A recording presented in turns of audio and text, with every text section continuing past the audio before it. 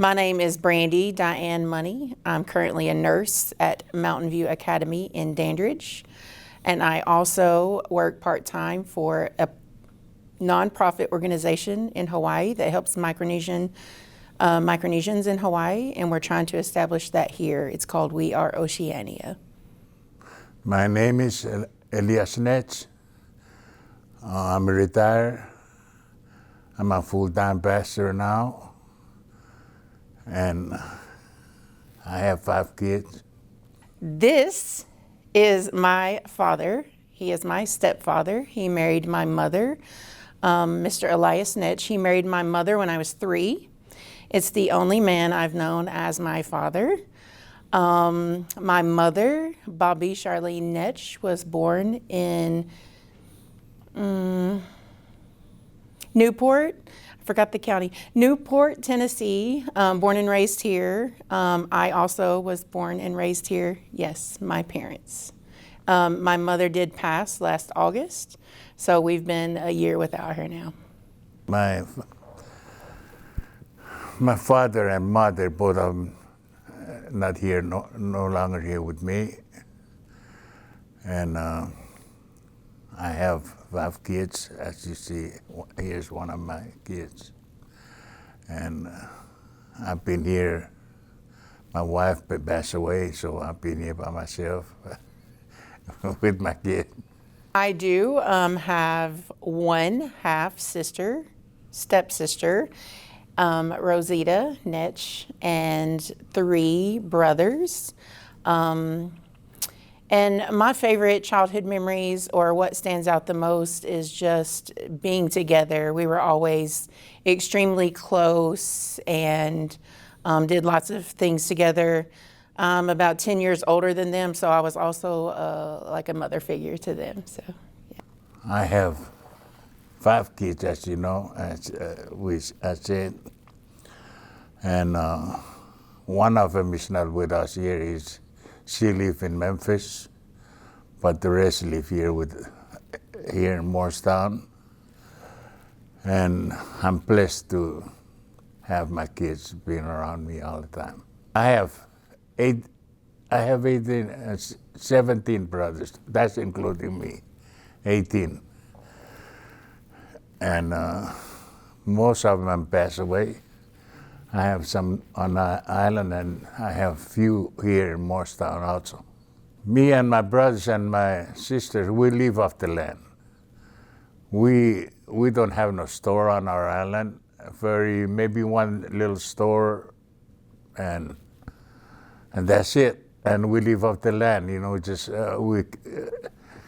we get our food from the trees and plants, and then we catch fish, we raise chicken and pig for our meat, and that's about it. I went to my freshman year of high school. I went to Morristown East, and we left about 3 months in and moved to Micronesia. So then I went to a very small high school on my father's island of Onon, and I went to school there for 3 years. And then I came back here and finished my senior year of high school at East and graduated from East High School. And then I went to Tennessee Technology Center of Morristown and got my nursing degree. I went to school on the island, finished high school, then I decided I'm coming to college here. So I went to Morristown College. I'm the first Micronesian or international student in Morristown College. I don't know how to use a phone, and I didn't know it's getting cold over here, so I come here prepared for nothing. I don't know what to expect. So I didn't have no shoes. I have a shirt on. And that time when it's September, it's getting cold here in 1974. And I went to Morristown College for 2 years. And it's been a blessing. And I have a lot of good memories over there. So if I may intervene, when he arrived here, he knew nothing, knew no one, didn't have any means of anything. I think he said he had $74 in his pocket and called a cab to take him from the Knoxville airport to Morristown College. So yeah, he always talks about how it took like all of his money to get to where he needed to be at that time. A typical day in my professional life is I work at a juvenile detention center for young men in Dandridge. So I get there before they wake up. I prepare their medication and then I administer their medication. And you know, some days we have good days and some days we have bad days. But it's a very unique group of individuals that I serve. A lot of our youth have not had the best of growing up. They've been through a lot of trauma, more trauma than I could ever imagine. And it really does make you more humble and makes you realize the difference in what your community and your circle do as far as molding who you are as a child. So, but I love it and it's very rewarding. I really enjoy being retired. You know, I was a professional wrestling for a long time, and I got hurt, and I'm just staying home and you know, trying to help go out to reach out to my family, share the word, the Bible with them, and go to the other state and share the Bible with our people from the island, and hopefully one day I will go to the island and share the word. I raised up watching my father, and he's a mean man. And that's the purpose of me leaving the island, because the women don't have no say-so on the island. They're treated, they're abused. They are abused by the man. And I think that's what made me come over here. And being a wrestler, then I still live in the same way, you know, but I got saved. But, you know, wrestling is a hard thing, you know, every night you don't stay with your family. But serving God is a whole lot different. I thought wrestling is hard, but no comparison to being a preacher. Very, very hard. Micronesia is a cluster of, I think, over 1,500 islands in the South Pacific. It's located southwest of Hawaii and northeast of Australia. The Federated States of Micronesia, where Chuuk is, and our cluster community of Micronesians in Morristown are from Chuuk, mostly. In the Federated States of Micronesia, there are 4 islands in the Federated States of Micronesia. And there's many different cultures and languages. And then within those languages, there are sub-languages or different dialects of those languages. And our community of about, we guesstimate, around 350 to 400 people now in Morristown from the Federated States of Micronesia. The islands were taken over by the Japanese during World War II. Is that right? World War II. The Japanese took over the islands and they made slaves of them, and you know, they abused their women and abused their elderly.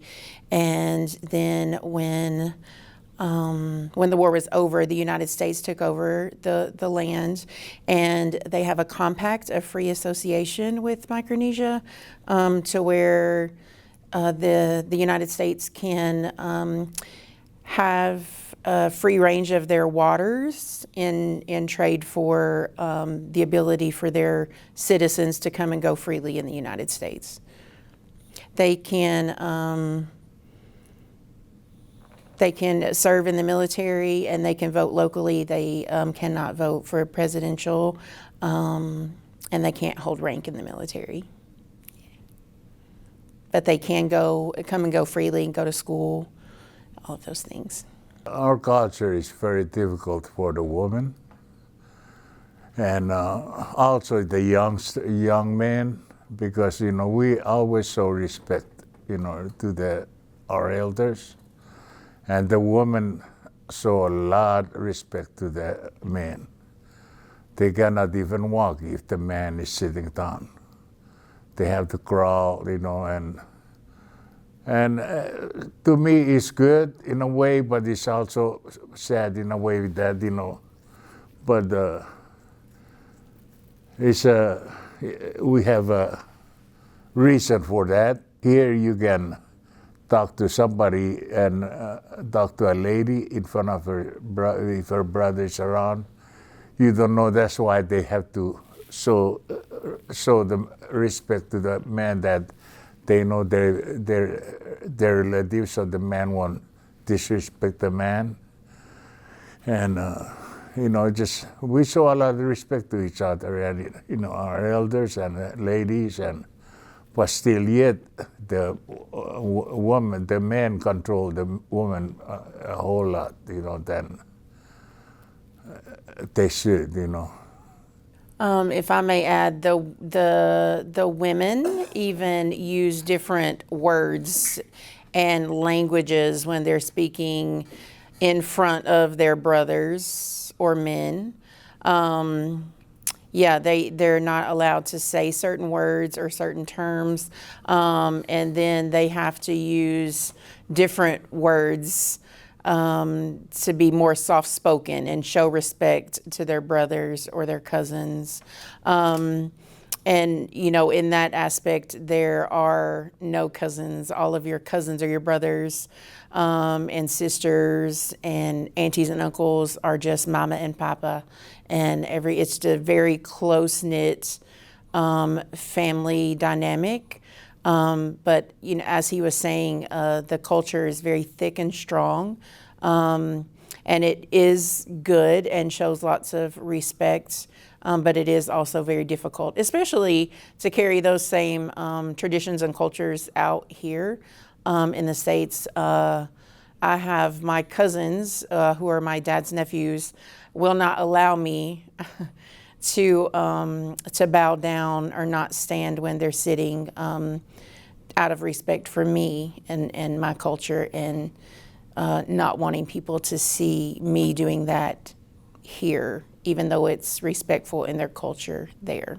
So the most rewarding aspect of my work and community service for my work is very different, but knowing that I helped just one young man, a lot of them have broken trust. They have trust issues with adults, and a lot of them with females, people of authority.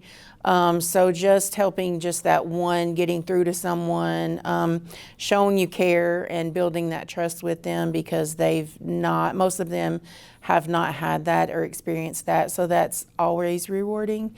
Within my church life, I do teach to young children. So that's always rewarding when like the light goes off and something triggers and they learn about God and that kind of thing. And in the community, it's just always extremely heartwarming when I can help the people understand or navigate. Things that we do here are difficult for us. And when the school system, for example, says you have to enroll your kids online, it's difficult enough for us to navigate that. And then you expect someone to be able to navigate it that, number one, don't have computer skills, and two, don't understand English. So anytime that I can step in and help my people is what I call them. I am very proud of that. I also work as an interpreter for the Hamlin County court system.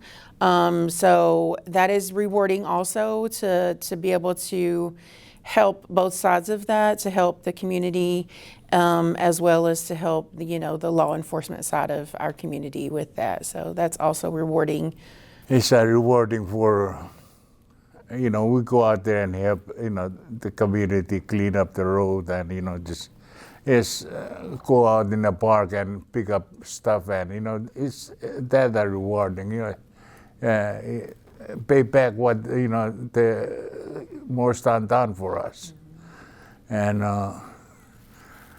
most of us are Catholic. We were not encouraged to read the Bible. And when I got saved, we started a church.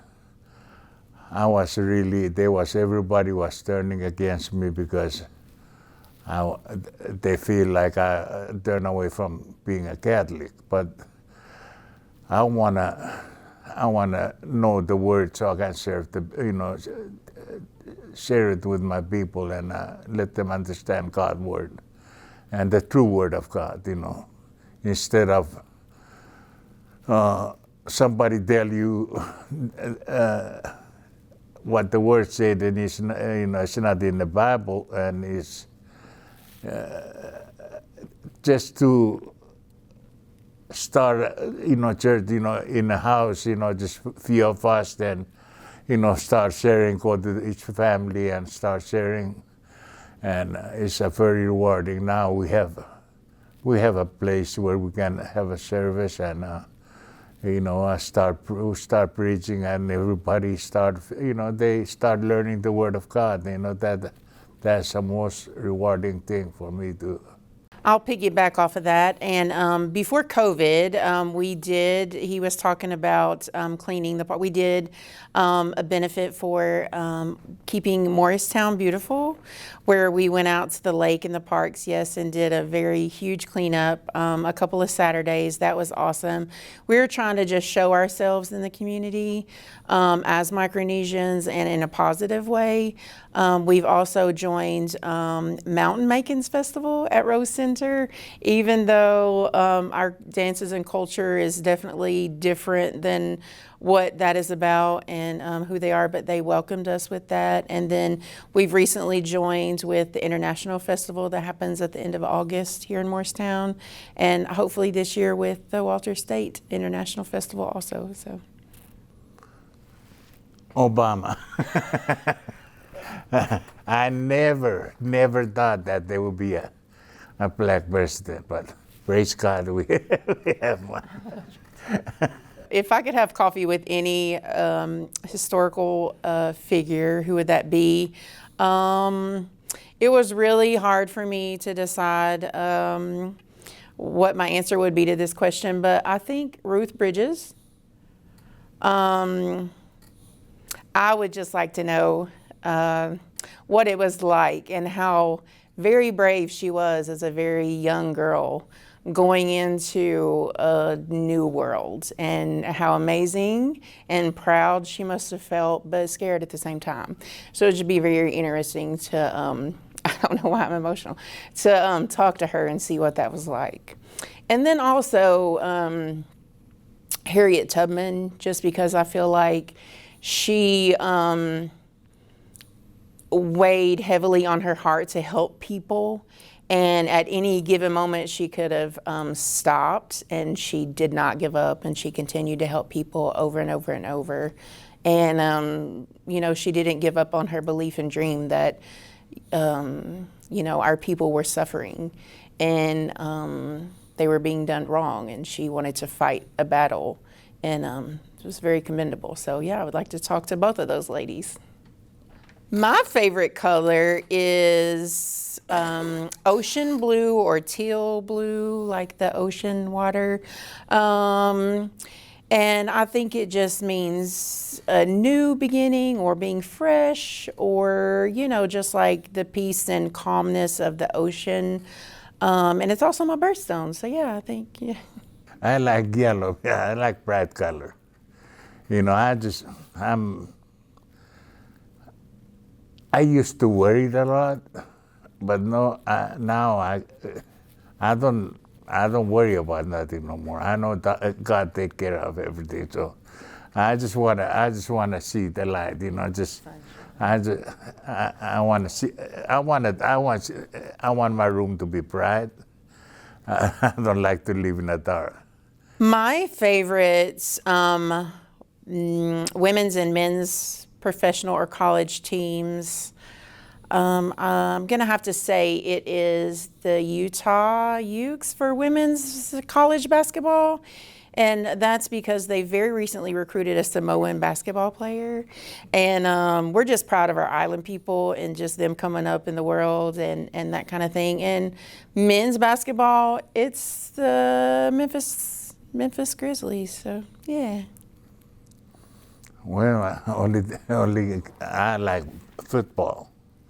So Pittsburgh is my team, and I was, you know, when I grow up, I was, you know, when I watch them on TV, I want to be one of them. But unfortunately, I didn't. I go to a small school. I didn't. I didn't make it. There were lots of battles in the house on Sundays about football because Mama didn't like the Steelers. My favorite place to visit is anywhere that has the ocean or water or the beach. I would dare to say Chuk on Dad's very small island. It's so very extremely peaceful and the life is just different, and there are many different stresses, right? There's not good health care, and there's not good education, and there are many reasons why it's not a good place to live, but at the same time, it's so very peaceful, and you're not in a rush for anything, and you know, everything is just there for you to live off the land. Somewhere I want to travel is probably a couple of places, West Africa and the Bahamas. I've been to all the state, and Montana is my favorite state. Yeah, I don't know about, every time I go there, I feel like I was in a movie. Like I'm seeing cowboy, Indian, you know. I'm just mesmerized when I go there because I feel like I'm in a movie, you know. Where I want to visit, Israel. I want to go there one day. Hopefully, you know, God willing, I want to see there. When I think about Morristown, Tennessee, what comes to my mind is we are a smaller community in the state, and that's comforting in many ways. I also think that because we're a smaller community, we have a lack of knowledge of diversity in our area. And hopefully that's something that is growing as our community grows and education gets out there and that sort of thing. But I do love this smaller knit community that at the end of the day, we pull together and help each other out when we need that. When I went to Morristown College, and you know, they don't have they close down in the summer, and for 3 months I was hungry. I really we don't have no food, but the staff over there at Morristown College, they were so loving and caring. You know, every evening, not every evening, but maybe once a week, they come and check on us, bring us food. And that's a blessing. I never forget that. They allowed them to stay on campus, even though the school was closed. They let us use the staff apartment, and but we don't have no job, and we don't have no, you know, they didn't have cafeterias not open. But the people that work there. They come and check on us, and there's just so many stuff that happened to me here in Morristown. When I come here, I didn't have no shoes on, I didn't have no jacket, and somebody just see me in church, said, I want to take you to JCPenney and buy you some clothes. And, just, how come you don't wear no shoes? I don't have none. How come you don't have no jacket? I don't have none. But they take me out and buy me jacket, buy me shoes, and it's a very. I think that's what I stuck here, because I love the people and I love Morristown. My favorite thing about Morristown is that we're a smaller community and that we do pull together in the time of need and help each other out, and that everybody knows everybody. My kids are always extremely surprised and shocked and make fun of me even that, Mama, how you know that person when I see somebody. And my least favorite thing is just, we still have, like I said earlier, there's still a lack of knowledge of diversity in our area. And I think that with the growing community and just educating the community of who we are and where we came from and that kind of thing is going to make it better. But that is, the least favorite. Yeah, I have all the classmates I have at Morristown College. We still friends till today. The one that's still alive, and we stay close to each other. Every time we see each other, we always embrace. Just enjoy seeing each other and I think when the culture is similar to the black people culture, I see that a lot, and I think that's what I love. And everybody be really nice to us over here, and I love it. I love everything about Morristown. I won't live nowhere else. I've been around. I've been moving to place, but I always come back to Morristown. I even went home for 4 years to come back to Morristown.